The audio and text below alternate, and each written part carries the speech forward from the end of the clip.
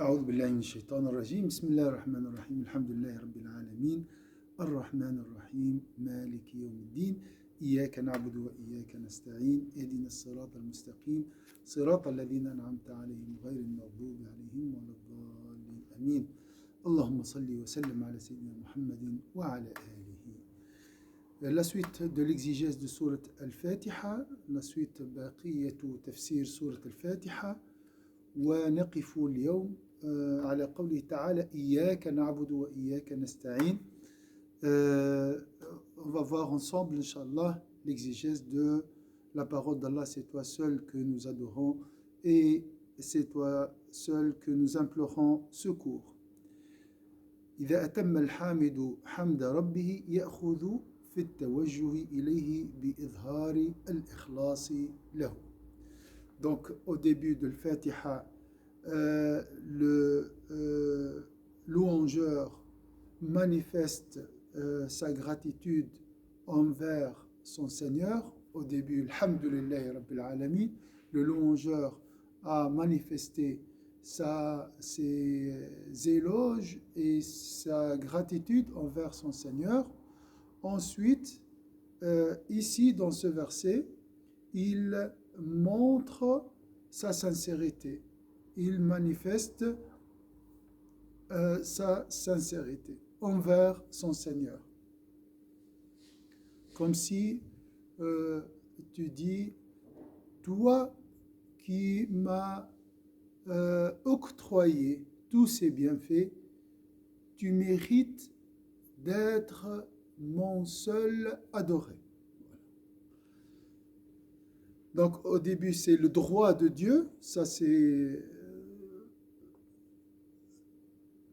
tous ces bienfaits appartiennent à Dieu, d'accord, ça c'est la réalité et cette réalité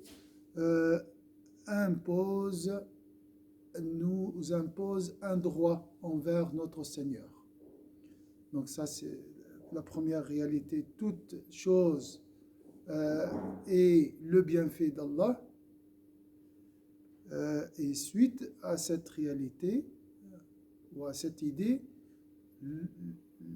ce Dieu qui nous a donné tous ces bienfaits mérite d'être adoré. C'est son droit d'être adoré. Iyaka na'budu. Parce que tu mérites d'être adoré. Pour tous ces bienfaits, Dieu mérite d'être adoré. Donc vous voyez, le Fatiha, c'est lié, c'est lié. Alhamdulillah Rabbil Alamin, les versets qui précèdent Iyaka na'budu wa Iyaka nasta'in, c'est comme si c'est une introduction. Donc ça, c'est le droit d'Allah Azza wa Jalla sur ses créatures, ou les obligations du serviteur envers leur Seigneur de l'adorer, parce qu'il mérite d'être adoré. Pourquoi il mérite d'être adoré? Regardez ses bienfaits autour de nous. Pas seulement l'adorer, donc pas seulement l'adorer, mais l'adorer seul et implorer exclusivement son secours. Ici, il y a une finesse littéraire, si je peux dire, on appelle ça l'iltifat. قال والانتقال من أسلوب الحديث بطريق الغائب المبتدئ من قوله تعالى الحمد لله إلى مالك يوم الدين إلى أسلوب طريق الخطاب ابتداء من قوله إياك نعبد إلى آخر السورة. Donc il y a deux parties dans Sourate Al-Fatiha. La première partie, on parle, le priant ne s'adresse pas directement à Allah. Et Alhamdulillah Rabbil Alamin, le Seigneur, louange à Allah, le maître des mondes. Là, c'est un discours, c'est une réalité, c'est une information, d'accord? Mais à partir de Iyyaka na'budu, le sens du discours où le priant s'adresse directement, hein, à son serviteur, à son Seigneur. C'est toi seul que nous implorons, c'est toi seul que nous adorons, et c'est toi seul que nous implorons secours. Ça, on appelle ça, dans la langue arabe, al-iltifat.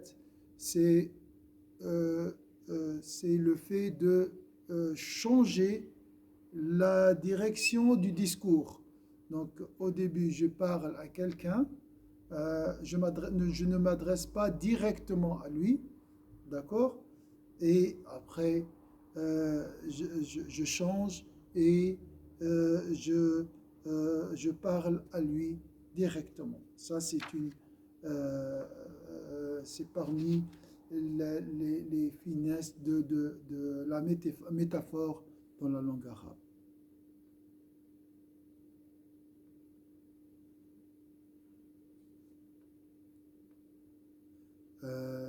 Pourquoi ce changement تحاشيا من تكرر الأسلوب الواحد عدة مرار. C'est pour éviter la routine, c'est pour éviter de parler d'une manière monotone. Hein, d'accord? Donc là, c'est pour تجديد نشاط السامع, pour renouveler la motivation de l'auditeur, hein, ou du lecteur, comme si je suis en train, c'est pour le réveiller, pour renouveler sa motivation et sa volonté et son ferveur. Donc c'est pour éviter aussi حتى كي لا يمل من إعادة أسلوب بعينه, pour éviter la lassitude.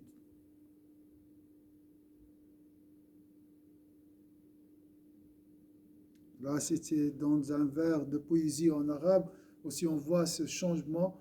Hein, je parle à quelqu'un, ensuite je m'adresse à lui toujours, mais comme s'il n'est pas présent. Hein, donc, قال ذممت ولم تحمد وأدركت حاجة تولى سواكم أجرها واصطناعها أبى لك كسب الحمد رأي مقصر ونفس أذاق الله بالخير باعها إذا هي حثته على الخير مرة عصاها وإذا همت بشر أطاعها. Ici, c'est vraiment la même, la même finesse, mais dans un autre sens. Donc, il a commencé à l'inverse à s'adresser à une personne, mais c'était une personne qui est avare, d'accord? Il lui a dit, tu étais avare envers moi, tu ne m'as pas donné, d'accord? Ensuite, il a changé ce discours et il a parlé de lui comme s'il est absent, d'accord? Et ça, on voit le dédain et la négligence, comme s'il l'a négligé, comme s'il n'existe plus après.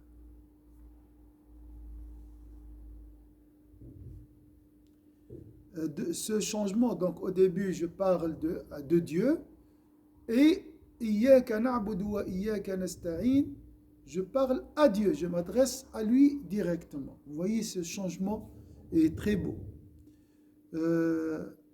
Je sais qu'à un moment, oui, on va voir ça juste après.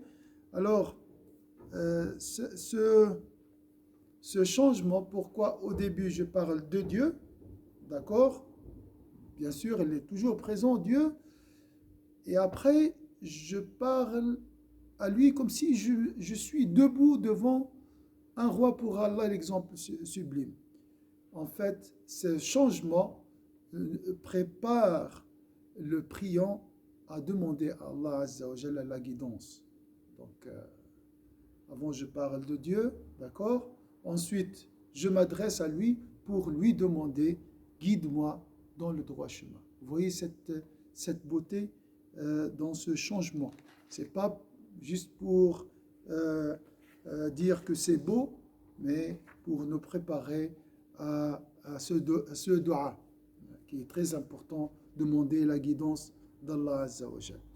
Ce changement de direction, si je peux dire, de la personne à qui je m'adresse. Au début, je parle à quelqu'un, à la même personne, mais comme s'il n'est pas là. Ensuite, je m'adresse à lui directement.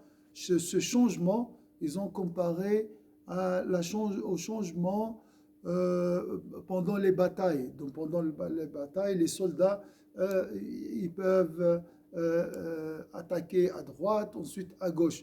Vous voyez ce changement dans la terre, dans une bataille, et comparé à ce changement au niveau du discours. Et il appelle ça Shaja'atul Arabi, et ça c'est le courage de la langue arabe. Parce que de l'extérieur, tu dis, mais tu parles à qui? Tu parles encore à la même personne. Là, Alhamdulillah, Rabbil Alamin, Iyaka na'budu.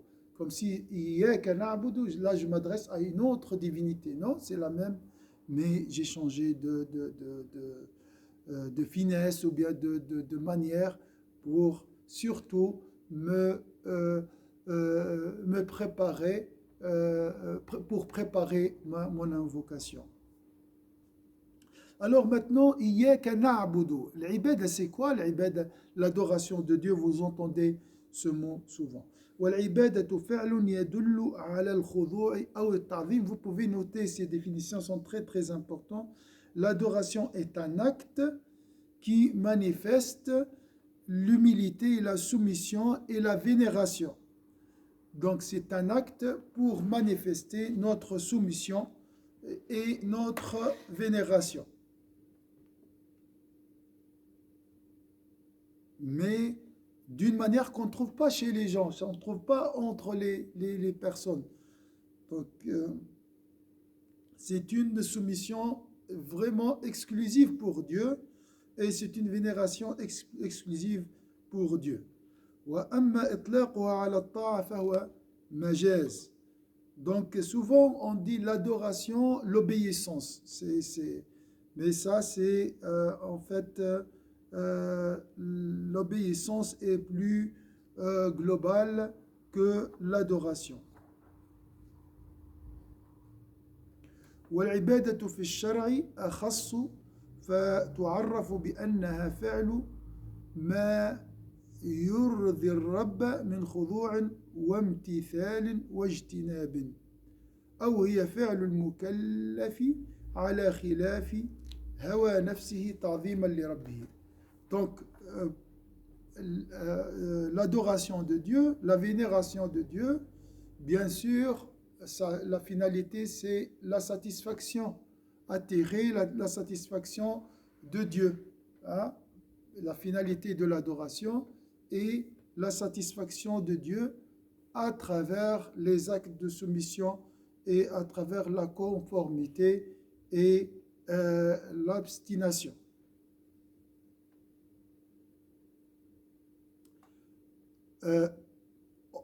Une définition aussi, mais plus de détails.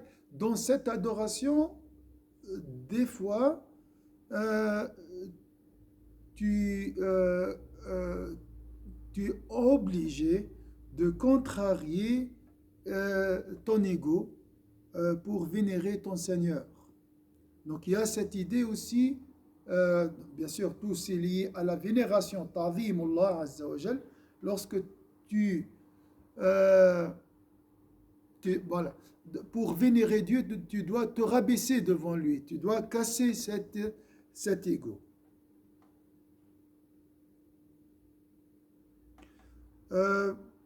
Plus de détails aussi, mais toujours cette vénération à Dieu, toujours cette idée de vénération, l'ordre de Dieu, hein, ou vénérer la grandeur de Dieu.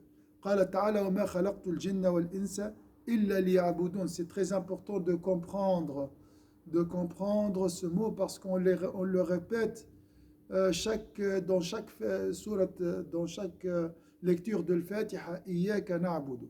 Donc, on peut ici retenir surtout le mot vénération et la soumission.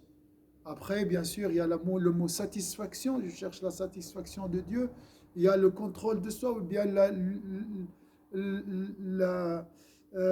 la maîtrise de soi, écraser son ego, ça c'est aussi compris dans cette adoration. Mais la vénération est un mot très très important. Après, il a dit وَالشَّفَقَةُ عَلَى الْخَلْقِ. Donc, ils ont dit l'adoration, c'est vénérer l'ordre de Dieu. Je donne un exemple simple. Vénérer l'ordre de Dieu concernant la prière, c'est la faire à l'heure, avec humilité. Voilà. Il y a des degrés aussi de vénération ici. Ensuite, être la compassion envers ses créatures. C'est une belle razi. Taban, c'est parmi les grands exégètes du Coran. Il a dit la vénération, c'est l'adoration, c'est vénérer le commandement d'Allah Azza wa Jalla et la compassion envers ses créatures. Donc nous avons vénération et compassion. Compassion envers les créatures et vénération envers les créatures. Envers Allah, la vénération de l'ordre. Donc ici, ça veut dire aussi vénération. Je mets des jolis habits, je suis là à mon oratoire de prière avant l'heure. Vous voyez, j'ai un rendez-vous important. J'essaye d'être avant l'heure à l'endroit où j'ai ce rendez-vous, d'accord? Donc, cette vénération, ta'zim amrillah, et aussi dans le cœur, bien sûr, surtout. Et ça, on le trouve dans toutes les religions. Après, bien sûr, il y a des détails, comment le vénérer, comment le respecter au niveau de l'endroit, la posture, le degré, voilà. واختلفوا في الوضع والهيئة والقلة والكثرة. Une autre définition de l'ibad, c'est faire un acte qui attire l'agrément de Dieu. C'est pour satisfaire un acte qui satisfait Dieu, qui plaît à Allah Azza wa Jal. Ça, c'est l'ibada. Wal-ubudiyya, ils ont dit, c'est joli aussi. L'ubudiyya, c'est la soumission. Donc, l'ibada, c'est chercher la satisfaction de Dieu, l'agrément de Dieu, un acte à travers lequel nous cherchons la satisfaction de Dieu. Par contre, l'ubudiyya, c'est un autre mot aussi lié à l'adoration. C'est être satisfait de l'acte de Dieu, du décret de Dieu. Donc, l'ubudiyya, c'est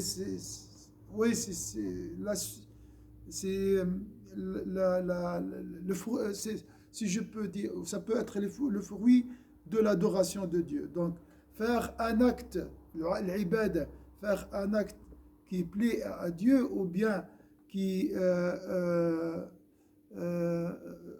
attire l'agrément de Dieu.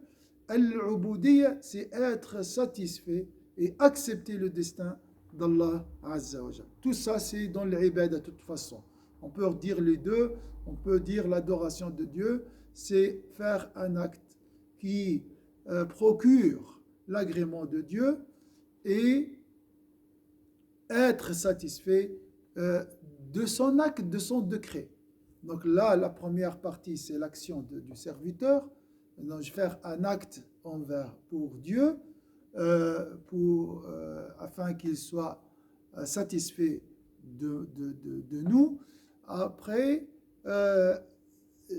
s'il me décrète quelque chose, je dois être satisfait. Donc il y a le mot, la satisfaction dans l'ibad. On a vu donc il y a la vénération, il y a la compassion envers les serviteurs, vers les créatures d'Allah, mais là on voit la satisfaction, hein, satisfaire Dieu et être satisfait de Dieu. Autre définition, mais tout ça c'est lié à la vénération, si on peut dire. Celui qui vénère quelqu'un, il respecte, il reste fidèle à son pacte qu'il a conclu avec lui. Et il respecte ses commandements et ses décrets, ses limites. Et se contenter de ce qu'on a, et aussi patienter pour si on n'a pas, ou bien pour ce que nous manque, hein. Donc accepter aussi, accepter ce qu'on a entre nos mains et attendre que Dieu nous donne ce qu'il ne manque. Dans l'uboudiyya, al-wafa'u bil-uhud, donc être fidèle à son pacte, au pacte, oui, les pactes, ou respecter les lois de Dieu, les lois, d'accord, accepter le contentement, donc se contenter de ce qu'on a, et patienter. Celui qui veut se marier, il doit patienter, bien sûr, il doit chercher, mais il doit accepter et attendre. Et donc, il ne faut pas se précipiter. Le contentement et le non-empressement, si on peut dire comme ça. Al-wafa'u bil-uhud, wa hifdhu al-hudud, wa ar-ridha bil-mawjoud, wa as-sabru ala al-mafqoud. Ça, c'est très joli comme signification. Mais tout ça, c'est lié. Chacun a vu une facette de cette adoration. الوفاء بالعهود وحفظ الحدود والرضا بالموجود والصبر على المفقود. Donc ça c'est des définitions. Le Fakhr al-Razi, il a dit il y a 3 niveaux d'adoration. Il y a des gens qui adorent Allah, et ça c'est la majorité, ils adorent Allah pour en espérant sa récompense et par crainte de son châtiment. Donc ça c'est, il a appelé ça al-ibada, l'adoration.